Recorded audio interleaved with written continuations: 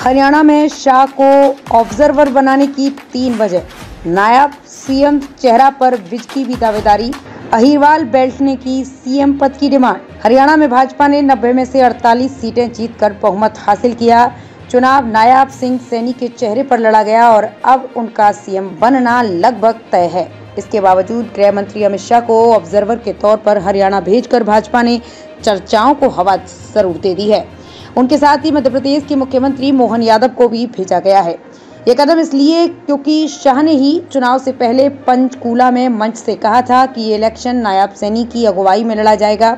17 अक्टूबर के शपथ ग्रहण से एक दिन पहले 16 अक्टूबर को शाह को हरियाणा भेजने की वजह है पहली अनिल विज की सीएम पद की दावेदारी।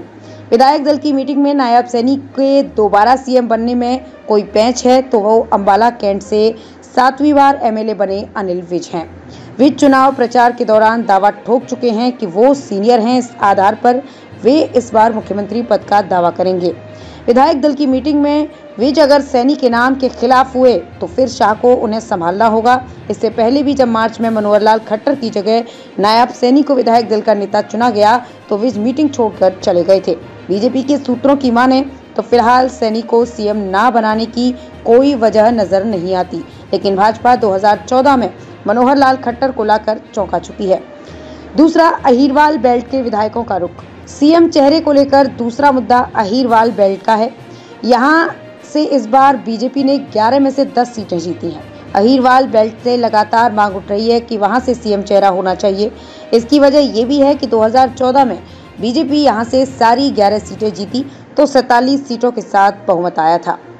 2019 में बीजेपी यहां से 8 सीटें जीती तो 46 के बहुमत से कम 40 पर रह गई। और यही वजह है कि केंद्रीय राज्य मंत्री राव इंद्रजीत कह चुके हैं कि उन्होंने अपना काम कर दिया, अब पार्टी को ध्यान देना चाहिए।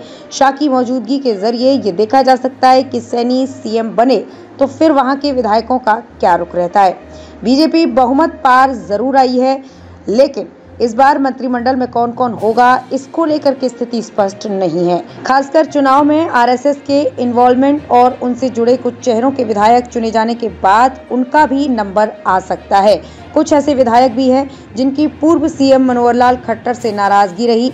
राव इंद्रजीत भी अहिरवाल बेल्ट से 2 से 3 मंत्री पद की मांग कर रहे हैं। ऐसे में योग्य व्यक्ति मंत्री पद से ना चूकें और इसके विरोध में किसी तरह की बड़ी कंट्रोवर्सी ना हो, इसे शाह मैनेज करेंगे।